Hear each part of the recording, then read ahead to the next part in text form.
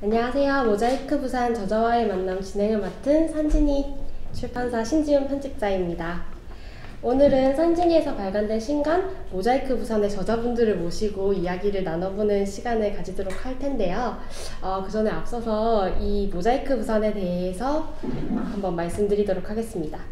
모자이크 부산은 부산의 과거와 현재에 관한 이야기가 담겨있는 소설집으로 김민혜, 박영애, 조미영, 오영희, 장미영, 안지숙 6명의 작가님께서 부산을 배경으로 집필하신 테마소설집입니다. 각 소설에는 부산 시민공원, 증산공원, 임랑바닷가, 센텀시티, 문현동 돌산마을, 거제리의 풍경을 배경으로 부산의 전경을 담는 것은 물론이고 각각의 장소가 지닌 슬픔을 조명하기도 아름다움 속에 숨겨진 폭력을 서술하기도 합니다. 지금까지 부산은 아름다운 바다가 인상적인 도시로 기록되어 왔는데 로컬로서의 부산을 표현한 소설들의 머금은 분위기와 역사를 통해 이 소설이 새로운 부산의 면모를 보여주고 있습니다. 우선 작가님의 소개를 한 분씩 들어보도록 할 텐데요. 저쪽에서부터 먼저 해주시겠어요? 네, 안녕하십니까. 모자이크 부산에 참여하게 된 막내입니다. 막내 장미영입니다. 저는 이런 자리가 좀 처음이라서 지금 많이 떨리기도 하는데 열심히 하겠습니다. 실수를 좀 많이 하더라도 이해 많이 해주십시오. 감사합니다. 반갑습니다. 모자이크 부산에 참여한 소설가 조미형입니다. 저는 이 작품을 쓰면서 부산이라는 공간에 대해서 좀 더 많이 생각하고 또 둘러보는 계기가 됐습니다. 좋은 작품으로 좀 사랑을 많이 받는 책이 됐으면 좋겠습니다. 감사합니다. 반갑습니다. 모자이크 부산에 참여한 박영혜입니다. 저는 증산공원에 대해서 쓰면서 오래 묵은 부채를 감는 듯한 기분이 들었습니다. 거기서 잠깐 살았는데 언젠가 여기 이야기를 한번 해야 되겠다 싶은 생각을 가지고 있었거든요. 이 책이 부산을 이해하는데 조금이라도 도움이 되었으면 좋겠습니다. 네, 반갑습니다. 저는 소설가 오영입니다. 저도 모자이크 부산에 참여하면서 부산을 글쎄요, 새롭게 좀 볼 수 있었다 그럴까요? 새로운 부산이 참 반가웠었습니다. 반갑습니다. 모자이크 부산에 참여하게 된 김민혜라고 합니다. 예, 저도 시민공원을 늘 자주 가면서 한 번은 소설화 시키고 싶었는데 이번 기회에 하게 돼서 너무 기쁘고 의미가 있었습니다.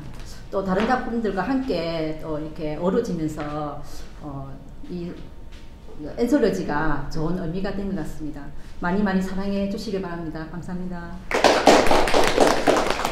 네, 작가님들의 소개를 먼저 들어보았는데요. 오늘 거제리역에서 도깨비를 만나를 집필하신 안지숙 작가님께서는 피치 못할 사정으로 불참하신 점 미리 양해 부탁드립니다. 그러면은 본격적으로 이야기를 해볼 텐데 우선 작가님들이 어떻게 이렇게 좋은 작가들이 모여서 소설을 집필하게 됐는지 그 인연에 대해서 한번 들어보고 싶어요. 혹시 어떤 작가님께서? 제가 이제 첫 소설집을 내고 난 다음에 이제 뭐 이 공조를 해서 이런 책을 하나 하고 싶다 이런 생각이 들었는데 이제 뭐 그렇게 시간을 보내다가 또 장편을 또 쓰면서 이제 또 시간을 또 지나가 버리고 그 작업이 끝나고 이제 2020년 말쯤에 그때 이제 좀 미루지 말고 이제 다른 작가들과 한번 이 공조를 한번 해보고 싶다 이런 생각이 있어 이제 모임을 하는 분들에게 이제 먼저 이제 전화를 하고 그랬는데 한 분도 또 이렇게 거절을 안 하시고 또 모임 하시는 분도 계시고 또 아니신 분들은 또 평소에 또 한 번씩 연락하시는 분인데 그래서 저는 뭐 제 마음만 있으면 못했을 건데 또 다들 이렇게 적극 호응을 해주시더라고요. 그래서 이제 주제는 이제 코로나하고 이제 부산이었어요. 코로나하고 부산이어서 그래서 거기서 이제 뭘 고를까 이렇게 생각을 하다가 이제 가반수가 이제 그 부산을 하자 이렇게 해서 네네. 부산이 되었고, 그래서 굉장히 원만하게 쉽게 이렇게 좀 이루어졌습니다. 별 어려움 없이. 굉장히 그 시기와 뜻이 굉장히 잘 맞는 작가진이었나 봐요.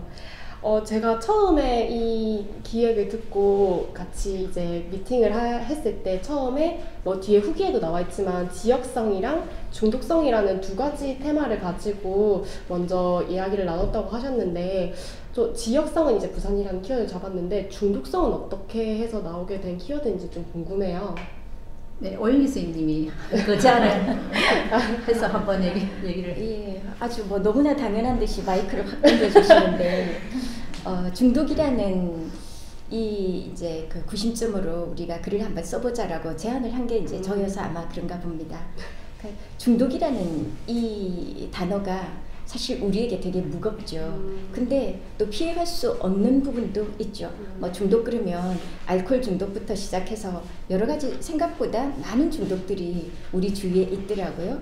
근데 이 중독이라는 게 과연 개인의 의지가 약해서만 중독되는 것인지, 저는 그거보다 어떤 시스템적인, 물론 그 개인이 강하지 못해서 그런 것도 있지만 뭔가 그 중독 속으로 빠지지 않으면 안 되는 그런 분위기가 조성되는 것도 있죠.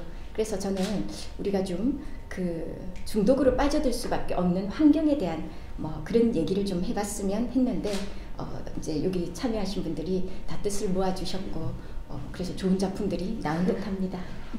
그래서 그런지 오영희 작가님 작품에서는 특히 그런 중독에 대한 면모가 굉장히 도드라지는 것 같아요. 그랬나요? 네.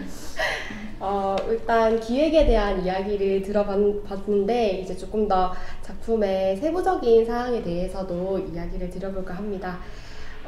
부산 테마 소설집이다 보니까 각각의 소설이 부산을 배경으로 하고 있잖아요. 전 처음 작품을 읽었을 때부터 여기에 나오는 모든 작품들이 널리 알려진 부산의 장소보다는 훨씬 삶의 터전으로서의 부산이라는 장소에 집중한 것 같다는 느낌을 좀 많이 받았었거든요. 그래서 작가님들은 어떤 생각으로 이런 각각의 장소들을 택하셨는지 궁금해요. 저기 정영 선생님. 너무 긴장하지 마시고 말씀해주세요. 네, 저는 그 문현동 돌산마을을 선정하게 됐는데, 그 돌산마을은 그 제가 이렇게 출퇴근 이렇게 하면서 늘 지나치는 곳이고, 한때 또 그 벽화마을로 굉장히 또 유명하다고 들었었거든요. 네. 그리고 이제 조금 재개발이 이제 시작돼 가지고 이제 그 마을 전체가 이제 다 사라지게 되었습니다. 그래서 제가 이걸 선정하게 된 것은 이제 늘 이렇게 지나다니면서 좀 사라지는 것에 대한 뭐 그런 애착이랄까? 하여튼 그런 것도 있고, 이렇게 무덤과 같이 이렇게 생활하는 곳이더라고요. 그 마을이. 네. 그래서 그 마을이 좀 그게 인상이 좀 많이 남았습니다. 그래서 그 지역을 돌산마을로 선정했고, 그 중독은 아마 그 약간 제가 그리움에 대한 중독, 이걸 조금 표현하고 싶었거든요. 그래서 지역과 중독 이 두 가지를 잘 좋아할 수 있는 곳이 이곳이 아닐까 생각을 했는데, 나중에 쓰고 보니 좀 잘 형상화가 되었는지는 잘 모르겠습니다. 저는 그 돌산마을이 윗마을과 아랫마을로 나뉘어져서 이렇게 하잖아요. 그게 그 공간이 작가님께서 보시기에도 그렇지만 굉장히 문학적인 공간으로서도 굉장히 의미가 있는 것 같더라고요. 그래서 그런 부분을 굉장히 잘 포착하셨다고 저는 생각을 했었습니다. 감사합니다. 정미영 선생님께서는 이제 임당 바닷가를 모티브로 하셨는데 어떤 이유에서 선택하게 되셨나요? 처음에 부산이라는 공간을 이제 정한 다음에 지역을 정해야 되잖아요. 네네. 제가 이제 좀 외출을 안 하는 스타일이라서 아무래도 현장에 가봐야 되고 자료도 모으려고 하면 집 근처가 좋겠다 라고 해서 저는 이제 기장에 사니까 집 앞을 해야겠다. 그래서 자주 가는 이제 일광이나 이제 임당 바닷가 쪽을 해야겠다라고 정했어요. 이제 자주 이제 드라이브를 가고 이러니까 네, 또 특히 이제 제가 잠깐 이사를 다닐 때 정관에 들어가서 이제 한 3년을 살았는데, 정관은 또 바다가 전혀 안 보이고 산으로 이렇게 둘러싸여 있거든요.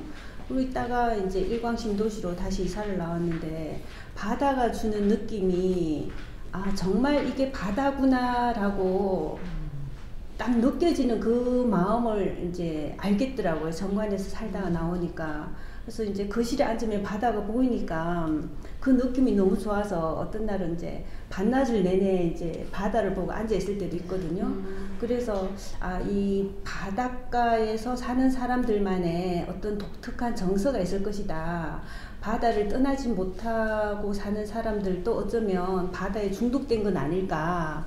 그래서 중독과 바다라는 공간을 가지고 자료를 모으기 시작을 하면서 임랑 바닷가를 이제 몇 번을 왔다 갔다 하면서, 거기 가면 실제 이제 이 작품 속에 나오는 식당들이 다 그대로 있어요. 말미잘탕, 매운탕도 있고, 뭐 스킨스쿠버 가르쳐주는 뭐 보트 학교도 있고. 그래서 그 사진을 찍어 오면서 집에 와서 이제 조금 이제 중독에 대해서 좀 더 생각을 해보면서, 아 중독에도 종류가 많잖아요. 알코올 중독도 있고 하는데 좀 더 독특하고 긍정적인 중독은 없을까. 우리가 일반적으로 중독 이러면 뭐 대부분 알코올, 약물 뭐 나쁜 쪽으로 이야기를 많이 하니까, 아무래도 우리는 이제 작가, 예술가니까 예술가들만이 가진 중독이 있을 거야 라고 해서 자료를 찾다가 창조 중독 누군가 다빈치도 창조 중독이었다고 하더라고요. 네.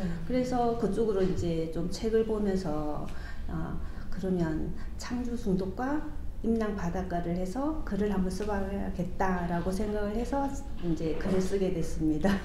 어쩐지 작가님 얘기를 들어보니까 이제 기부인이라는 배의 이유와 네.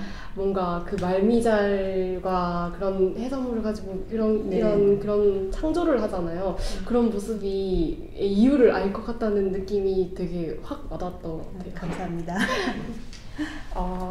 박영애 작가님은 콘도르 우리 곁에서 네. 있는 부산 진성이 있는 증산공원에 네. 배경을 하셨는데 어떤 이유로 하셨는지? 그걸 쓰게 된 것은 마음에 품은 지 아주 오래되어서 쓴 겁니다.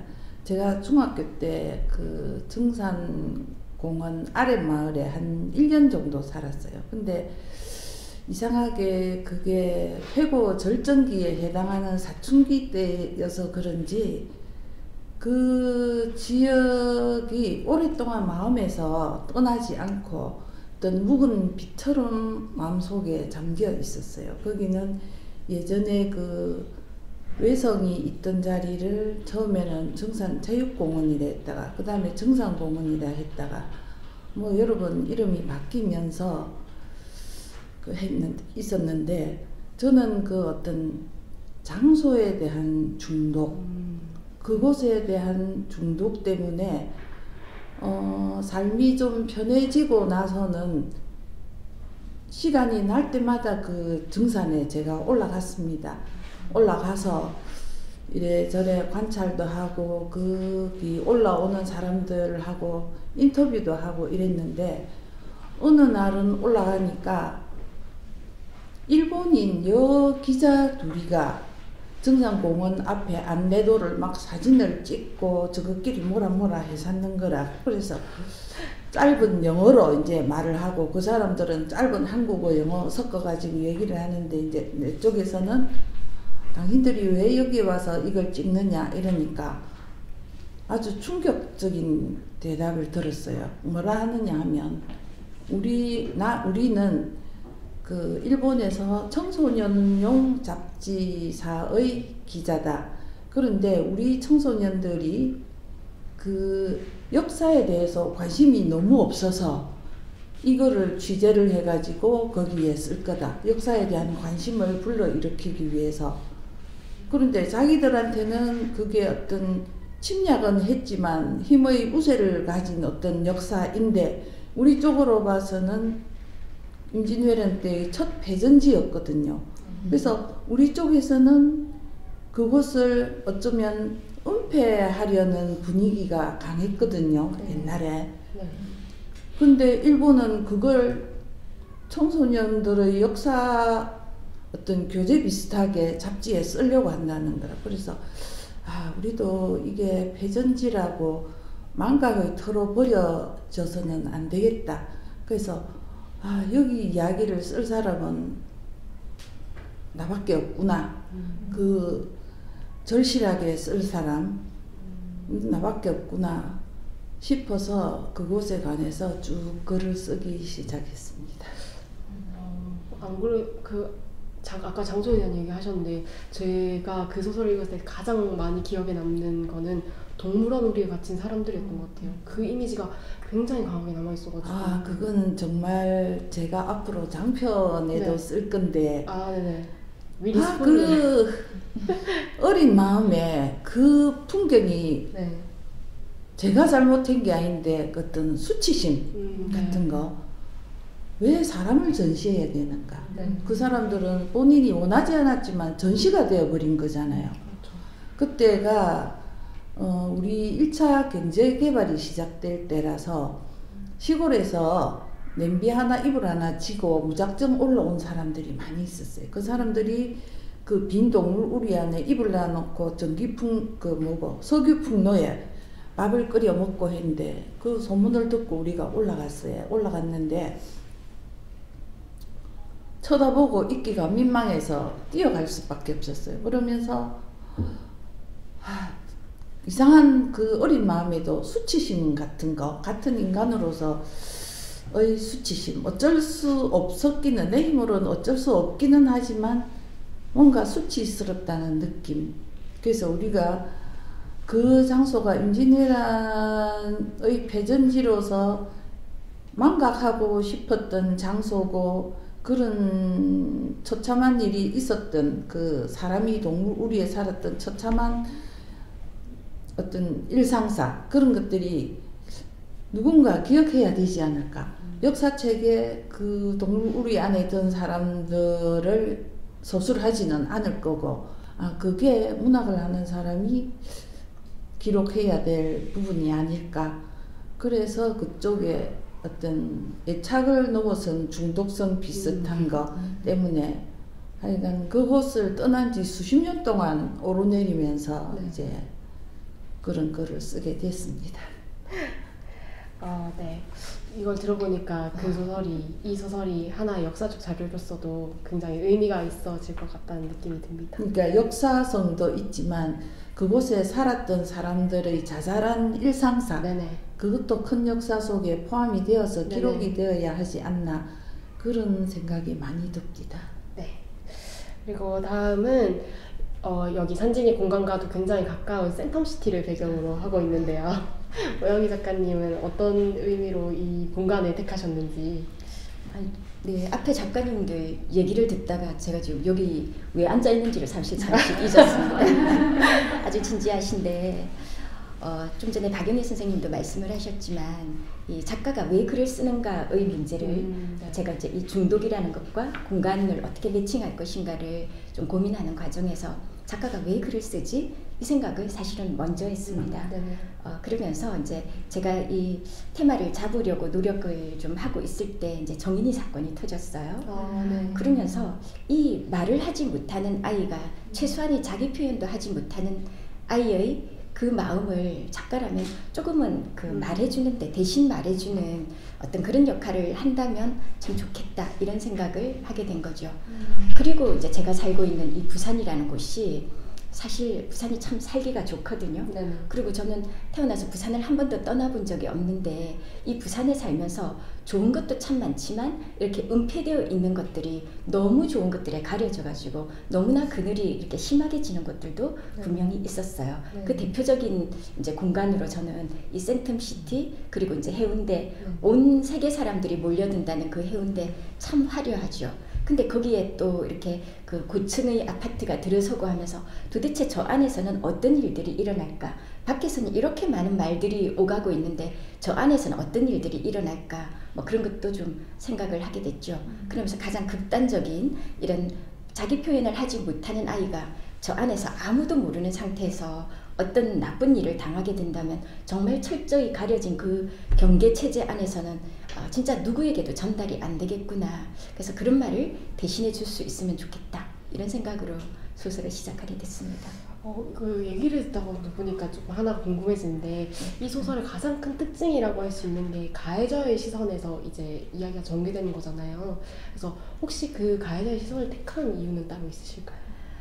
피해자가 자기 이야기를 한다면 어쩌면 소설이 아니겠죠.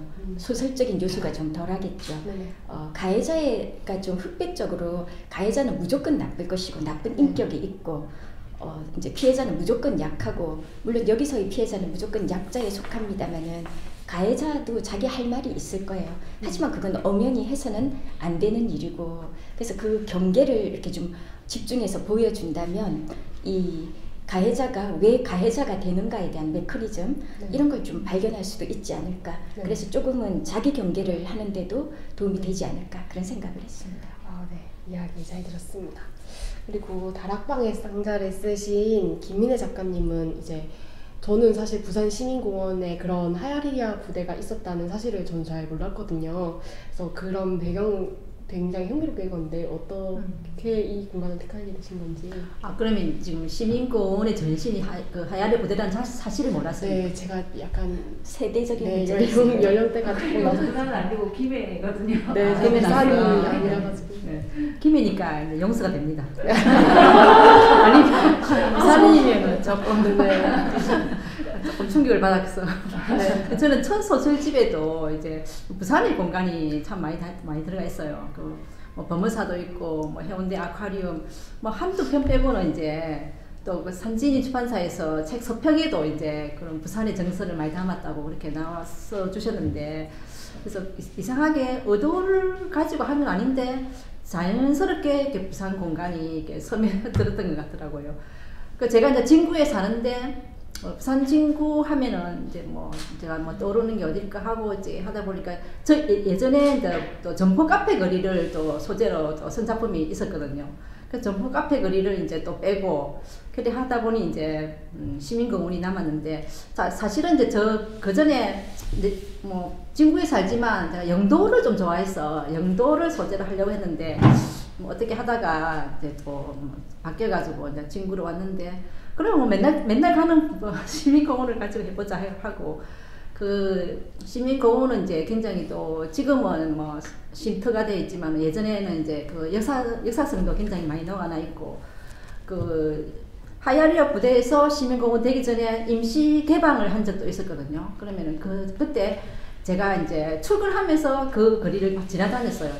시민공원 임시 개방 그 기간에 막 지나다니면서도 보고, 그 장교 클럽 하는 곳이 이제 그 지금 역사관이 돼 있는데 거기 가면 큰 무대가 있고 그 장교 클럽이 되게 인상적이더라고요. 그래서 지금도 가면은 많이 흔적이 남아 있고 그 하나하나가 참 그 역사를 일깨워 주니까 저는 굉장히 의미가 와닿았어요. 그래서 한 번은 이제 소설화 해야지 했는데 건들기가 참 쉽지가 않더라고요. 너무 거기에 역사성이라든지 의미가 너무 의미심장해서 건드리지를 못하고 있었는데 이번에는 진짜 해보자 하고 마음을 먹고 하게 됐습니다. 네.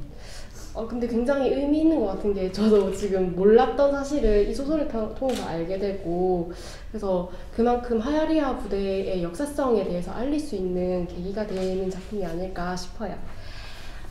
그리고 이제 이거는 제가 개인적으로 궁금한 건데 작가님들이 이게 부산을 배경으로 하고 있기도 하고 어떤 키워드가 존재하잖아요. 혹시 가장 소설을 쓰면서 신경을 쓰신 부분이 있다면 따로 있으실까요?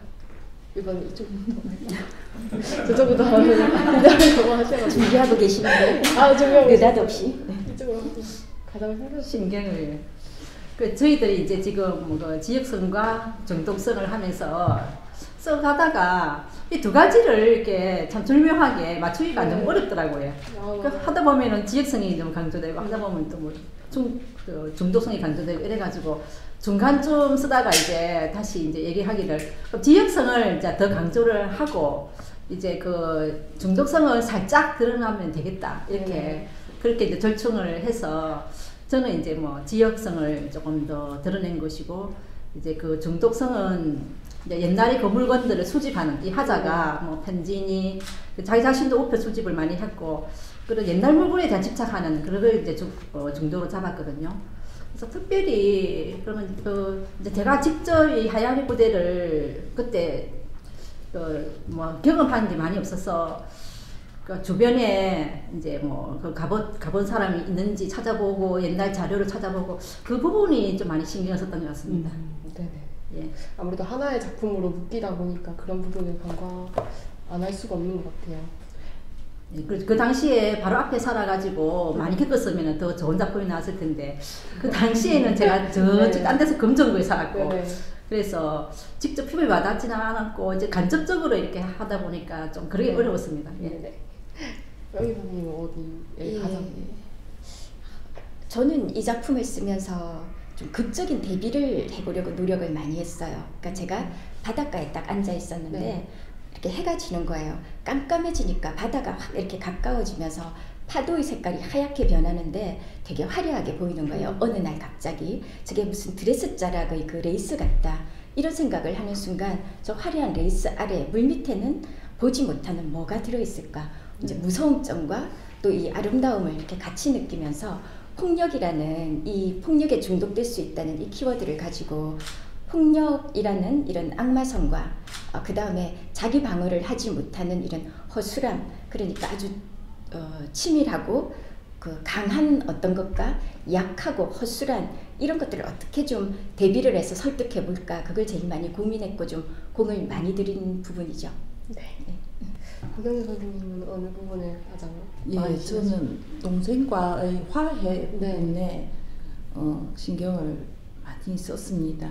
이게 기억의 문제인데 이걸 쓰기 전에 피에르 노라의 기억의 터를 읽으면서 참조를 했고 기억의 문제와 망각의 문제 이거에 너를 뛰듯이 왔다 갔다 하는 거였어요. 국가적으로 보면 이 옛날의 부산 진성터가 있고 싶은 망각하고 싶은 장소였고 최근에는 벽에다가 뭘 많이 기록을 해놨는데 개인도 그거를 결코 아름답거나 즐겁게 기억할 수 있는 장소가 못 되는 곳이었습니다.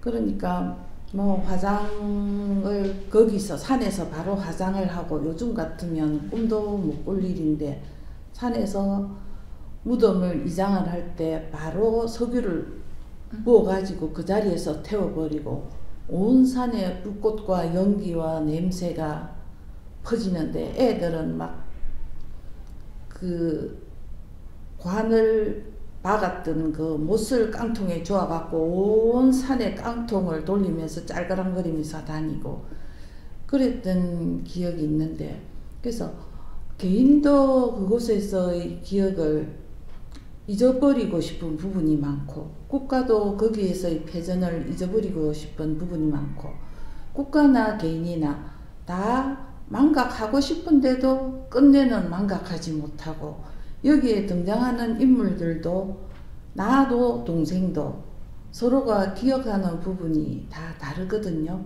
그런데 이제 실제로 그 장소에 언니하고 동생이 둘이서 가게 됩니다. 가가지고 어떤 장소에 이르러 그러니까 새우리가 저도 그 몇 번 가봤는데 새우리가 공원으로 만들면서 꽤 제가 길 밑에 깔렸는데 그곳에 살았던 사람이 아니면 알아볼 수 없을 만큼 새우리가 많텀이 남아가 있었어요. 그거를 보면서 둘이서 그때 이야기도 하고 하면서 이제 언니가 잊어버리려고 했던 기억을 찾게 되고 동생하고 화해를 하게 되지요. 그래서 망각과 기억의 변주 속에서 화해의 어떤 기미를 찾는데 공을 많이 들였습니다. 네. 정남원님께서 어디? 저는 창조 중독을 키워드로 잡았을 때 열정과 중독의 차이에 대해서 조금 깊이 있게 생각을 해봐야겠다 하면서 고민을 했어요. 사람은 누구나 자기의 인생을 가장 찬란하고 아름답게 열심히 열정적으로 살면 주변에서 누구나 다 찬사를 보내고 박수를 보내죠. 아름답다고. 그런데 어느 순간 중독이라는 단어가 들어가게 되면 조금 거리를 두고 싶다라고 생각을 하니까 그 사이에는 그 간격에는 뭐가 있을까라고 고민을 했죠. 그래서 여기 등장하는 인물 이제 남자 3명은 자신의 삶을 정말 열정적으로 살려고 노력하고 매일매일 달리는 사람으로 주인공을 잡았어요. 3명을. 그런데 어느 순간 열정적인 삶이 중독으로 넘어가게 된다. 그러면 그 끝은 어떻게 될까? 라고 또 이제 바다를 보면서 고민을 했죠. 그렇게 하다 보니까 어느 순간 열정은 본질에 중심을 두고 본질에 가까이 하려고 하는 자세일 것이다. 하지만 중독은 본질은 사라지고 그림자를 붙잡고 있을 때 중독이 되는 건 아닐까라고 이제 저 스스로 조금 말은 안 되긴 하지만 제가 개인적으로 깨달은 그 주제를 이 작품에 좀 녹여서 써봐야겠다. 그래서 이제 후기에도 썼지만 열정과 중독은 한 끗 차이다. 우리는 열정적인 삶에 더 많은 발을 담그고 있어야 될 것 같다.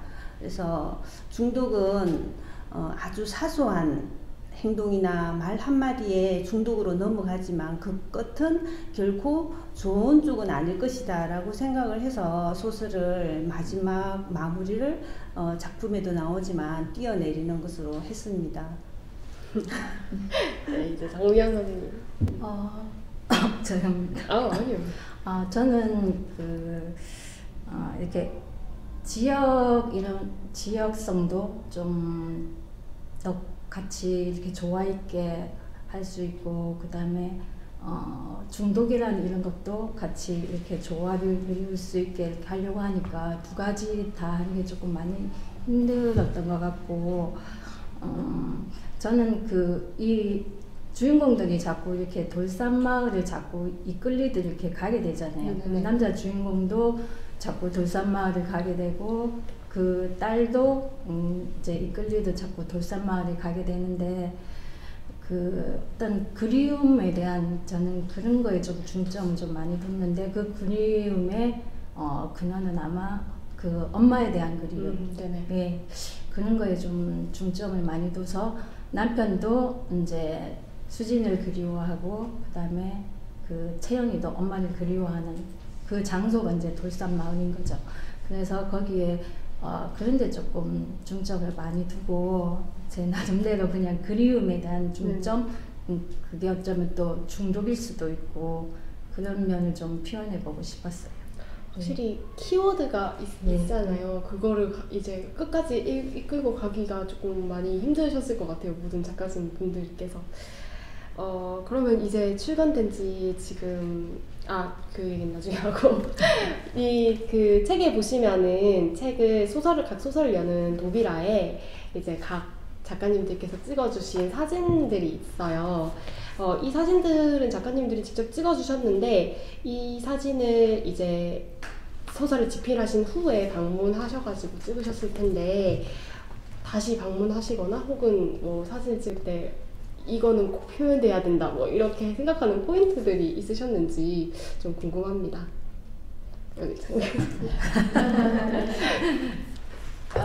제가 이 사진을 찍어갈 때 이제 이 마을이 이제 재개발이 돼가지고 거의 이제 막 아파트 공사가 시작되려고 하는 그런 시점이었는데, 그래서 이제 이 마을 전부가 이제 다 붕괴가 된 상태였거든요. 그래서 뭐 천으로 이 마을을 다 덮어놓고 완전히 그 돌산 공원이나 이런 데 이렇게 좀 산책을 가시거나 이렇게 등산하시는 분들도 많은데 그쪽에 다 출입을 이제 못하게 해놨더라고요. 그래 이제 출입이 안 돼가지고 제가 그러면 이제 사진을 어떻게 찍을까 이렇게 하다가 아침에 이제 일찍 몰래 네, 가가지고 네, 이제 사진을 이제 돌산 마을이나 그 돌산 공원 그리고 이제 벽화 그림 이제 이런 거를 조금 다행히 조금 찍을 수 있었거든요. 네.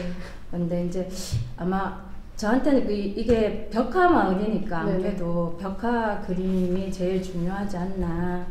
그래서 이 출판사 이렇게 쪽에서도 이 벽화 마을 그림을 아마 제 표지로 선정하지 않았나 이렇게 좀 생각이 듭니다.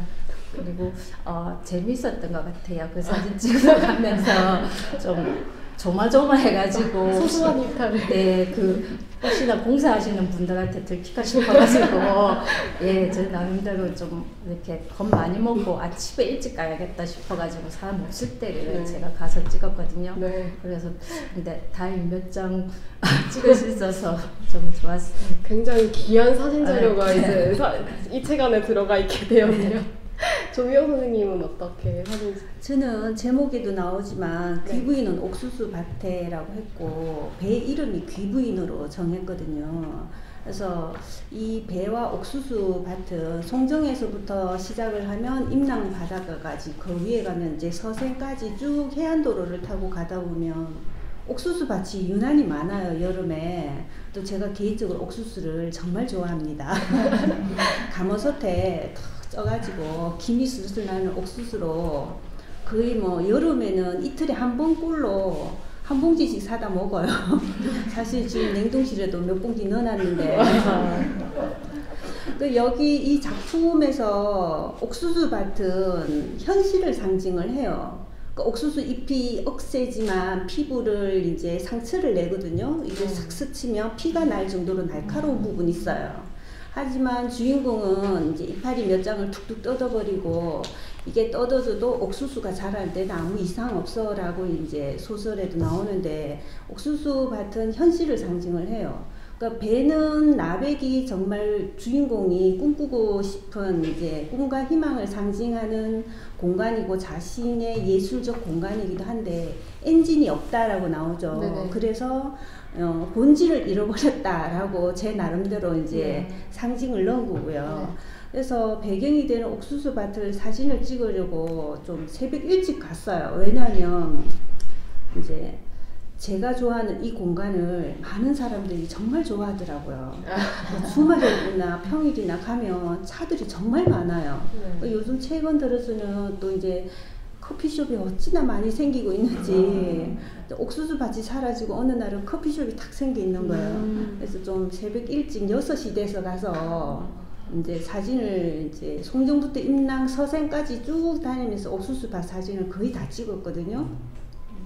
그래서 그 중에 이제 한 장 사진이 책 속에 들어갔는데 제가 제일 마음에 들어하는 옥수수 밭이 들어가서 또 사진 찍으러 다니면서 재밌었어요. 이제 아침 일찍 찐빵도 좀 사 먹고 옥수수가 없어서 조금 아쉽긴 했지만 다음에도 이런 기회가 있으면 이제 부산을 배경으로 해서 좀 더 재밌는 소설을 몇 편 더 써봐야겠다라고 생각을 했습니다.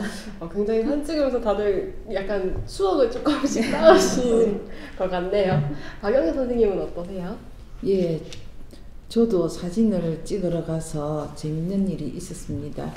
2번을 갔는데 2번째 가서 제가 들어가는 사진을 찍으려고 옆에 사람한테 부탁을 했는데 뭐 이렇게 저렇게 얘기를 하다 보니까 저 수정국민학교 새카만 후배였습니다. 그래서 서로 반갑다고 어떻게 왔느냐 하니까 어릴 때 그 공원에 와서 뛰어놀았대요. 그 생각이 나서 왔다 하면서 왔다 우리 이거 오늘 참 이것도 인연이다 하면서 서로 책도 보내주기로 하고 그래 반가운 후배를 만났었습니다.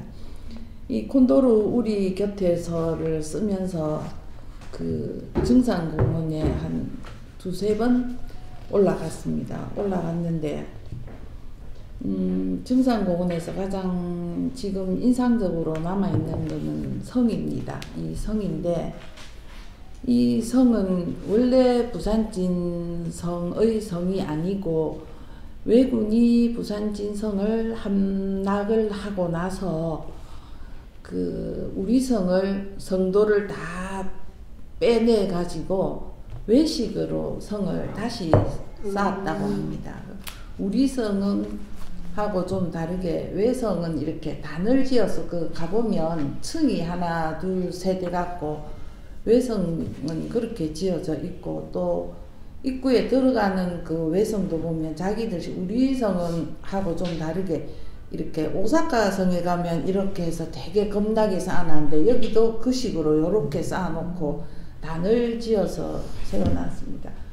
그래서 어렸을 때나 나이가 들었을 때나 이 가보면 이 성이 이제 풍화작용을 일으켜가지고 그 돌들이 오랜 세월이 가니까 풍화작용으로 인해서 안에 그 FA 철성분이 녹아 나와가지고 벌겋게 해서 무늬들을 많이 그리고 있습니다. 무늬들이 그리고 있는데 저는 볼 때마다 저 돌 속에는 옛날 우리 조상들이나 외군들이 싸우다가 죽어서 흘린 피도 저기에 그 원소가 있겠나 그 피하고 돌 속에 원래 있었던 철성분하고 어우러져서 저렇게 무늬가 생기지 않았나 이런 생각도 들고 그 보면 세월이 가니까 돌과 돌 사이가 틈이 생겨가지고 보면 어떤 데는 보면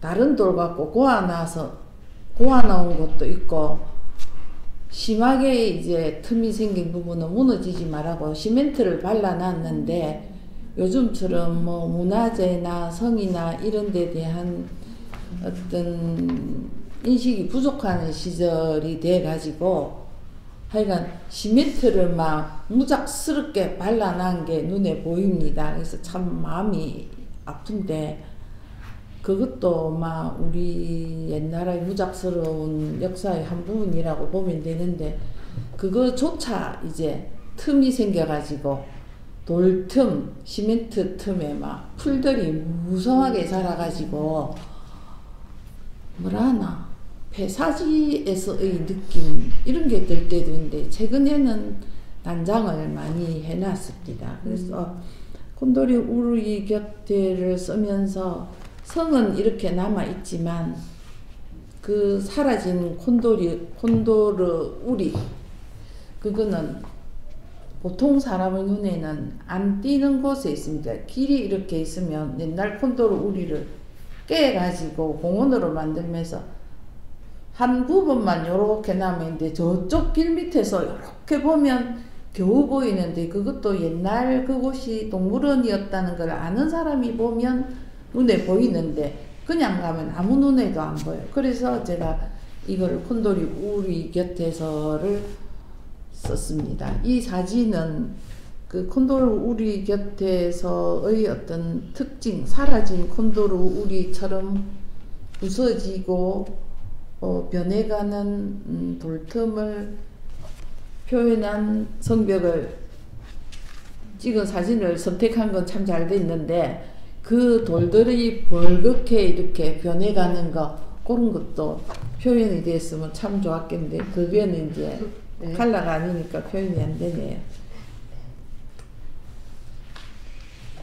그러면 이제 오영희 선생님은 어떻게 제 작품 아무도 모른다는 이게 흑백 사진이어서 신의 한 수가 아닐까요? 선생님하고 오늘 저 나란히 앉아서 약간 상실하는 부분이 재밌네요. 이제 이 신의 한 수라고 느껴지는 게 말씀하시고 제가 다시 한번 이 책을 보니까 실루엣만 딱 나오니까 많은 것들이 감추어지네요. 그야말로 아무도 모를 것 같은 이 뭐 커다랗고 멋진 집에 비싼 집에 뭐 멋진 집이라기보다 아주 비싼 집에 어떤 일이 일어날지 모르는 이런 감춤 이런 게 이 사진으로 드러나는 듯한데 사실 제가 이제 사진을 찍어가지고 보내드렸는데 그게 뭐 픽셀이 안 맞다 그래가지고 다시 찍어라 해가지고 뭐 이런저런 과정을 거쳐가지고 이 사진이 실리게 됐는데 저는 이렇게 그 고층 아파트와 또 이렇게 훼손되어 있는 자연과 그 앞에 있는 사람들이 각각 이 표정을 읽을 수 없다는 이것에서 아주 그 좀 마음에 들어요. 매우 약간 흑백이 신의 한 수였다고 하니 흑백이 나와서 너무 다행이에요. 여기 이렇게 돼 있습니다. 그럼 김민혜 선생님은 어떠신지? 네, 저는 이 5분 중에서 아마 사진 찍기는 제일 수월하게 찍지 않았겠나. 뭐 힘들게 시간을 내서 그렇게 하지 않아도 뭐 늘 평소에 찍던 사진도 있었고, 이 작품에서는 이제 그 기억, 지금 사진은 이제 기억의 숲이잖아요. 네. 제 작품에는 이제 약간 기억의 기둥이 조금 더 부각돼 있어서 네네. 저는 이제 그 사진이 조금 더 작품하고 맞지 않나 했는데, 또 이게 또 분위기는 좀 이게 더 좋아요, 그죠? 네네. 그래서 아무래도 앞 표지. 예, 또 북카페도 있었고, 북카페 그 이제 친구랑 만나서 앉아서 네네네. 하는 얘기 있고, 네. 북카페 가서 제가 책을 하나 개정했어요. 예, 아주 홍보에 도움이 되는. 그게 옛날 뭐 사령관 시기였다더라고요. 사령관 시기. 네네. 그래서 거기는 다 장소가 다 의미가 있으니까 네. 뭐 어느 하나 뭐 다 이렇게 열걸 할 수가 없고. 네. 그래서 뭐 저는 이 사진이 마음에 듭니다. 네, 이렇게 사진에 대한 이야기도 다 들어봤는데, 그래서 작가님들이 직접 찍은 사진이 도비라에 실려서 더 의미가 있는 것 같아요. 이렇게 약간 모자이크 부산에 대해서 좀 다양한 이야기를 나눠봤는데, 부산의 배경으로 이야기를 쓰시고 또 지역의 역사랑 현재를 기록하시는 만큼 작가님들이 부산에 대한 애정이 또 남다르실 거라고 생각합니다. 모자이크 부산에 이렇게 부산을 표현한 만큼 약간 사람들에게 부산이 어떻게 기억되었으면 좋겠는지 그런 이야기도 한번 들어보고 싶어요. 그래서 이번에 김민혜 작가님 예, 뭐 부산 하면은 이제 뭐 외지인들은 뭐 다 누구나 뭐 알다시피 이제 뭐 바다가 있고 또 뭐 관광지다 이렇게 다 기억을 하잖아요. 네네. 그래서 근데 뭐 요즘은 이제 또 이 역사성도 이제 많이 부각되고 있고, 감천문화마을이라든지 뭐 영도 그 흰여울 마을이라든지 이런 것도 지금 많이 이제 부각되니까. 네. 그래서 관광지는 이제 뭐 찾아보면 또 너무 많으니까 우리 부산에 이제 또 고유성을 조금 더 이렇게 하려면은 뭐 역사성이 있는 도시, 네. 그다음에 또 문화, 이제 뭐 영화도 이제 빠질 수 없으니까 영화가 있을 것이고, 근데 또 이제 우리 욕심은 이제 문학적으로도 조금 네. 좋은 작가들이 많은 네네. 그런 도시로 네네. 기획되면 굉장히 저도 바라는. 좋겠다는 그런 생각이 듭니다. 네. 이렇게 작가님들이 다 문학적으로 훌륭하신데요. 오영희 작가님. 예, 우리 책의 제목이 모자이크 부산인데, 이제 모자이크라는 게 일단은 다 모였을 때 뭔가 그 의도치 않은 하나의 또 그림이 나올 수도 있을 거라 생각을 하는데, 저는 이제 부산의 특징 중에 하나가 피라미드의 도시라는 거, 그야말로 모자이크 상황인 거죠. 제가 이제 이 제 소설 아무도 모른다를 쓰면서도 제일 좀 어려웠던 부분이 뭐냐면, 우리끼리 합평회를 하면서 이제 나온 이야기인데, 그 서로의 그 도움이 좀 되고자 여러 이야기가 나왔는데, 그때 조명 선생님이 아마 해주셨을 거예요. 그러니까 이 가해자인 의붓 엄마가 이 5살 된 딸에게 이렇게 폭력을 가하게 되는 그 어떤 합리성이라 그럴까요? 그 당위성을 찾아주는 게 참 어려웠어요. 네. 그러면서 아예 그냥 사이코패스로 가버리려는 인물을, 그건 아니고 그냥 약간의 분노 조절 장애, 네.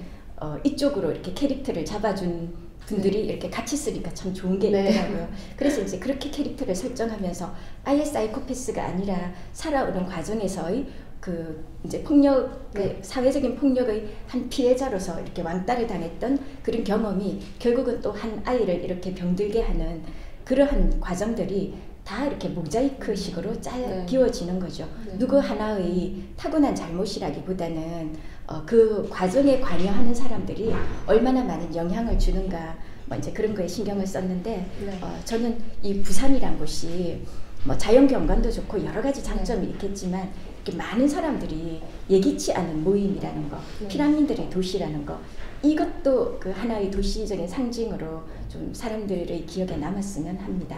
네. 박영희 작가님은 어떠세요? 예, 저는 부산은 역사의 도시라고 생각을 하고 있습니다. 그 옛날부터 우리가 어촌이기는 하지만은 그 조선 시대에 들어와서는 일본과의 무역이라든지 그 이후로 우리가 경제 발전을 하면서 부산의 그 어떤 항구로서의 역할, 이런 것 때문에 부산은 그 어떤 패전의 역사도 있지만 우리 경제 성장의 역사를 가지고 있는 도시거든요. 그래서 요즘 성장에만 관심을 가지고 있는 요즘 우리 과거의 어두운 역사에도 관심을 가지고 그 어둠이 어떻게 성장의 배경이 되었는지에도 관심을 가졌으면 좋겠다는 생각이 듭니다. 조희영 선생님은 어떠세요? 저는 개인적으로 부산을 자유와 치유, 뭐 행복한 새로운 시작, 뭐 이렇게 제가 느끼고 있어요. 왜냐하면 바다가 주는 느낌을 저는 이제 그렇게 느끼고 살고 있기 때문에. 그래서 부산은 눈이 내리지 않는 도시잖아요. 그래서 따뜻하다. 그래서 어떤 상처를 가지고 누군가가 해운대 바닷가에서 앉아서 밤을 꼬박 새우고 새벽에 일출을 보게 되면 상처를 극복하고 일어설 수 있는 힘이 있다. 그래서 부산은 새로운 시작을 할 수 있는 힘을 주는 도시라고 생각을 합니다. 와, 굉장히 희망찬 네. 그리고 계시네요. 장미영 선생님. 네, 저도 이 작품을 쓰면서 이 작품 보면 그 장소마다 굉장히 역사적인 게 많더라고요. 역사성이나 아니면은 뭐라고 해야 되나, 이야기가 좀 풍부한 이제 문화적인 그런 굉장히 콘텐츠가 굉장히 많은 이제 풍부한 지역이 부산인 것 같거든요. 그리고 또 그 다이나믹한 부산이다, 이런 역동적인 도시다, 네. 이런 말들을 많이 하잖아요. 그래서 저도 그 김민혜 선생님하고 좀 비슷한 생각인데, 그게 문화적인 그런 것뿐만이 아니라 그냥 문학적인 그런 면에서도 이 부산이 굉장히 좀 부산의 지역성과 그 다음에 다양성, 이런 게 이렇게 좀 공존하는 네. 문학의 도시다, 이렇게 네. 조금 기억이 됐으면 좋겠습니다. 저도 문학 네. 담당 편집자로서 굉장히 부산에 대한 그런 게 굉장히, 물론 좋은 작가님들도 많으시지만 더 많은 작가님들이 많이 나오시고 문학적인 콘텐츠가 많이 나오는 도시였으면 좋겠다는 생각을 하고 있습니다. 제가 준비한 질문은 여기까지인데 이렇게 많이 모셨으니까 이렇게 앉아 계신 분들의 질문을 한번 받아보려고 합니다. 질문을 해주신 분들에게는 부산에 관한 소설집인 만큼 부산에 관한 작품, 저희 산진이 도서 두 권과 정희영 선생님이 얼마 전에 발간하신 배고픈 노랑 가을이라는 그림책을 증정하려고 하니까 질문 있으신 분들은 한번 해주세요. 따로 없으신가요? 제가 저는 장미영 선생님한테 질문을 드리고 싶은데요. 그 돌산마을이 이제 저는 사실 돌산마을이 생소해요. 부산에 오래 살아서 다른 분들이 쓰신 그 곳들은 다 가본 적도 있고 익숙한데, 돌산마을은 제가 살던 곳과 사는 곳과 거리가 멀어서 그런지 한 번도 가본 적이 없고 사실 처음 들어봤는데요. 네. 사라진다고 하는 것도 오늘 처음 알았어요. 그래서 이렇게 마을이 사라지기 전에 이제 이 작품이 나오게 돼서 더 의미가 있지 않나, 돌산마을을 기록한다는 데에서 큰 의미가 있다고 생각을 하고, 그 돌산마을에 이제 그 아이가 나오잖아요. 5살짜리 아이가. 그 아이가 이제 뭐 그런 그리움, 이제 엄마를 그리워하는 마음은 언제 엄마가 병으로 돌아가셨기 때문에 그리워하기는 하겠는데, 그렇게 이렇게 이제 자꾸 엄마의 환영이 이렇게 보이는 게, 그러면 정신과적으로 좀 문제가 있는 상태인지 그런 게 궁금해요. 정신적으로 어떤 이제 문제가 있다는 그런 측면에서 이야기를 한 건 아니고요. 그건 좀 정신과적인 그런 문제니까 그렇게는 생각을 안 했고, 이제 그 엄마에 대한 이제 그리움이 이게 좀 강하다 보니까 이제 그 엄마를 이제 제가 엄마에 대한 그리움을 그렇게 표현한 거지.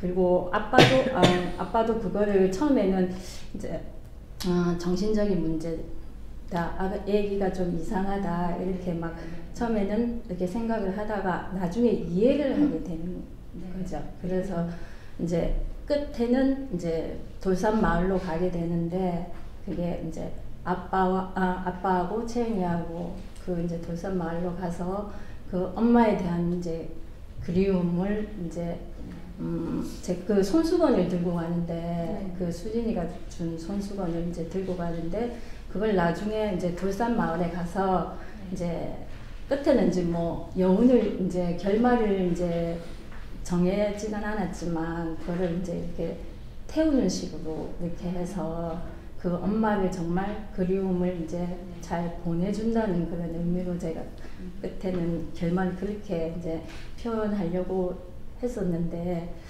그 애를 어떤 정신적인 이런 문제아적인 그런 걸로는 제가 설정을 한 건 아니고요.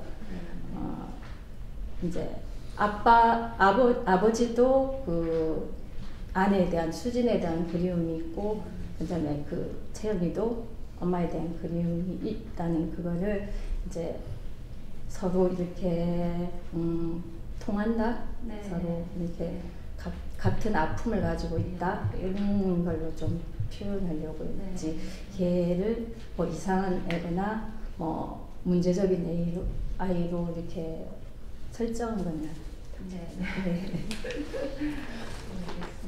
그러면 선생님 저기 직장 이제 생활 하신다고 들었는데 네. 소설을 언제 쓰시는지 뭐 시간이 되시는지 그런 어려움 없는지 그런 것도 같이 저는 주로 이제 주말에 아무래도 직장 생활을 하다 보니까 이제 갔다 오면 이제 제 직업이 또 아이들을 상대로 하는 거기 때문에 제가 갔다 오면 굉장히 좀 많이 피곤하거든요.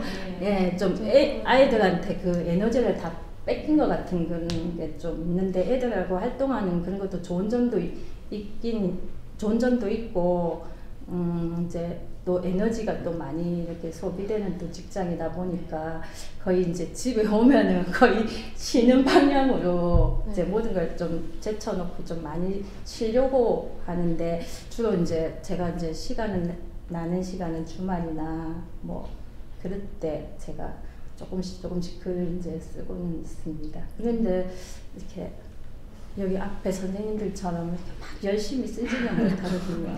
예, 직장 다닌다는 좀 핑계를 대고 있습니다. 네. 또 다루실 질문 따로 없으신가요? 그러면은 이제 출간하고 이제 한 달 정도 지났는데 주위의 반응은 어떤지 좀 궁금해요. 여기부터 김민아 선생님부터 할까요? 예. 저는 이제 우리 6분이 소설가 협회에 계신 이제 작가님들께 나누어서 이제 다 이제 배송을 했고요. 근데 그거 이제 지금 잘 못 만나다 보니까 작가님들의 반응은 뭐 이렇게 딱히 들은 바는 없고요. 그냥 개인적으로 이렇게 보낸 지인들한테서 이제 그냥 뭐 얘기를 들어봤는데 그 이제 작품성 같은 게 참 좋았다. 작품 하나하나의 그런 문학적인 그런 문학성은 굉장히 좀 좋았다. 그런데 이제 약간 테마적인 면에서 부산의 이제 정서를 담은 작품이 있는가 하면은 그냥 배경만 가지고 온 작품도 있었고 여기 두 가지가 나뉘더라. 그리고 또 이제 그분은 되게 이제 좀 예리하신 분이거든요. 그래서 이제 약간 미적으로 이렇게 표지가 좀 불만이더라. 아 진짜요? 이거 안지숙 선생님이 사진 찍으시는 표지인데 저는 굉장히 마음에 들었거든요. 굉장히 달갑기도 하고 그래서 바로 표현한 것 같아요. 그분의 생각이죠. 네네. 예, 하여튼 그렇고 또 하야리아 부대 그런 이제 감성이 다시 되살아나서 까마득 잊고 있었던 이제 그런 게 살아나서 좋았다. 뭐 이런 얘기도 듣고. 그냥 굉장히 좀 호평이 많았습니다. 오영희 선생님은 어떠세요? 네, 참 이렇게 가슴이 답답한데 그러니까 이 전체 중에 이제 제 소설을 읽은 그 지인의 반응 중에 인상적인 건 두 가지를 소개를 하자면요. 우선 되게 화를 내는 친구가 있었어요. 이제 다시는 네 소설 안 읽고 싶다. 이렇게 말하는 친구가 있었는데 이제 그거예요. 너 맞고 자랐니? 이러더라고요. 좀 이렇게 좀 아프게 힘들게 아이를 계속해서 이렇게 맞게 하고 결국은 죽음에 이르게 하느냐. 네. 그리고 너무 이렇게 적나라한 묘사 이게 네. 사람을 참 불편하게 하더라. 네네. 뭐 그런 말을 하면서 다시는 네 소설을 안 읽고 싶다라는 말을 듣는 순간 저도 다시는 이런 소설을 안 쓰고 싶다는 생각이 또 드는 거예요. 네. 네, 제가 이제 2권의 소설집을 내고 사실은 1권의 소설을 지금 더 준비하고 이제 빠르면 내년에 네. 낼 생각인데 네. 그 3권의 소설집을 준비하는 과정을 모두 다해서 그 주인공이 다들 이렇게 불행하고 아주 그 끔찍한 결말들을 가면서 네. 제가 이제 독자들을 만났을 때 공통적으로 보여주는 반응이 뭐냐면 독자 생각보다 작가가 너무 멀쩡하게 생겨서 이상해요. 되게 그로테스크한 네. 소설들만 보면서 작가가 아주 이상할 줄 알았다. 근데 생각보다 멀쩡하시네요. 네. 이런 말을 들었는데 이제 그게 화를 내는 수준까지 갔더라고요. 예, 그래서 이렇게 너 맞고 자랐니라는 말을 들을 만큼 제가 독자를 너무 불편하게 하는구나. 뭐 그런 반응 한 가지 하고요. 그 다음 그래도 소설은 이렇게 써야지. 좀 과장되게 써야지. 잘 썼다가 아니라 이렇게 과장된 어떤 표현을 했을 때 독자는 조금이라도 이렇게 관심을 주는 것이다. 그게 작가가 할 일이다. 이 2가지의 상반된 네네. 반응을 보면서 좀 갈피는 못 잡고 있지만 네. 저도 조금은 화사하고 행복한 얘기를 네네. 써야겠다는 생각을 하게 된 계기였습니다. 극단까지 치닫다 보니까 굉장히 깊게 들어가셨잖아요. 그런 문제, 사건에 대해서. 그래서 그런 상반된 반응이 있지 않았나 싶네요. 이거는 뭐 나중에 추후에 나올 소설집에서 어떻게 변화되는지 한번 보면서 저도 작가님을 계속 지켜보도록 하겠습니다. 네, 박영희 작가님. 형제들은 아직도 이 이야기를 써나 너만 써라 이런 반응이 있었습니다.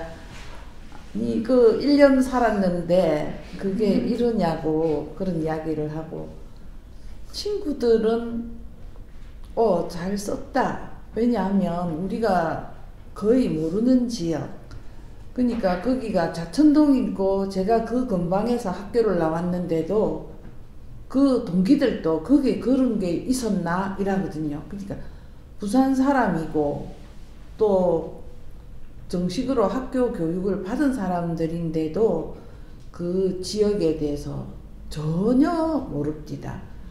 전혀 모르는 거 있어서 이거 참 잘 썼다. 우리가 모르는 부분을 잘 썼다. 고맙다. 앞으로도 잘 써다오. 이렇게 했긴 형제들과 친구들의 반응이 극과 극이죠. 한쪽에서는 그만 써라 이라고 한쪽에서는 우리가 전혀 몰랐던 지역인데 그거 알게 해줘서 고맙다. 그거 좀 잘 써봐라. 뭐 이런 반응이 있었습니다. 조희영 선생님 어떠세요? 저는 개인적으로 지금 동화와 소설을 같이 작업을 하고 있거든요. 동화책도 내고 소설집도 내는데 그 차이가 너무 심하게 난다고. 도대체 어떻게 쓰냐는 질문을 가장 많이 받아요. 그래서 저는 이제 농담 반 진담 반으로 오른손으로 소설을 쓰고 왼손으로 동화를 쓴다. 그랬더만 잘난 척 하느냐 그런 이야기도 하고요. 문장이 동화와 소설은 차이가 많이 나는데 그거 어떻게 다 하느냐 뭐 이런 질문도 많이 하세요. 근데 저는 개인적으로 어떤 글을 쓸 때 구분 없이 써야 된다라고 생각을 하거든요. 그래서 지금 작업하고 있는 책은 또 동화도 아니고 소설도 아니고 조금 갈래가 다른 거를 원고를 쓰고 있는데 소설에 대한 평가는 조금 잔인하다는 평을 좀 많이 들어요. 그러니까 이 작품에서도 좀 제가 생각하기엔 잔인하지 않는데 주변에서 좀 잔인하지 않느냐, 어떻게 사람을 그렇게까지 몰아가느냐라는 이야기를 하거든요. 근데 인간의 본질은 저는 조금 나쁜 면에 많이 치중해 있다고 생각을 해요. 그게 이제 사회적 교육과 문화와 뭐 윤리와 많은 것들에 의해서 우리가 좀 바르게 살고 타인을 위해서 좋은 일을 하면서 살아야 좋은 사회가 되지 않느냐라고 끊임없이 반성하고 또 어떻게 살 것인가 고민을 하면서 나아가는 거라고 생각을 하거든요. 그래서 제가 소설에서 담고 있는 인간들의 모습은 저는 잔인하지 않는데 주변에서는 잔인하다고 하니까 다음에는 조금 발랄한 소설을 한번 써보려고 노력하고 있습니다. 네, 장미영. 저는 이게 또 저에게는 첫 소설집이라서 네. 굉장히 좀 뿌듯하고 네. 네, 이 시간이 너무 의미가 있었던 네. 시간이었거든요. 네. 이제 지인분들은 또 제가 이게 첫 소설집이니까 잘했다고 또 많이 응원해 주시고 또 제가 이제 직장 동료들한테 네네. 책 다 나눠주면서 이제 사인도 좀 하고 네네. 그게 또 아시는 분들도 책도 몇 권 사주시고 네네. 그래서 진짜 좋았는데 또 저 개인적으로는 또 좋긴 하지만 그래도 조금 아쉬웠던 것도 있고 좀 많이 부족하지 않았나 하는 그런 이제 생각이 좀 많이 들었던 시간이었는데 조금 다르게 또 이렇게 좀 접근했으면 좀 또 너무 올드한 거 아닌가 이런 생각도 들고 제 글에 대해서 그리고 이제 개인적인 생각으로는 이게 지역 소설임에도 불구하고 이제 지역적인 관심이 별로 없었다는 게 어떤 뭐 물론 이 책에 대한 한계가 뭐 한계점 같은 게 있겠지만 그래도 그게 조금 많이 아쉬웠던 것 같아요. 네. 이렇게 모자이크 부산에 대한 이야기를 많이 들어봤는데 저도 이 소설이 뭐 부산의 이런 역사와 현재를 품었다는 면에서 이런 작품을 소설집을 맡게 돼서 굉장히 영광으로 생각하고 있고 이 소설이 부산의 문학에 있어서 다른 문학가들이 이런 작품들을 부산의 배경으로 할 수 있는 소설을 쓸 때 주저함이 없는 그런 함보가 될 수 있는 소설집이 됐으면 합니다. 오늘 저자와의 만남은 여기까지 하도록 하겠고요. 혹시 뭐 하시고 싶은 말씀 더 있으신 분 계신가요? 따로 없으시면은 네 오늘 저자와의 만남은 여기까지 하도록 하겠습니다. 네 감사합니다.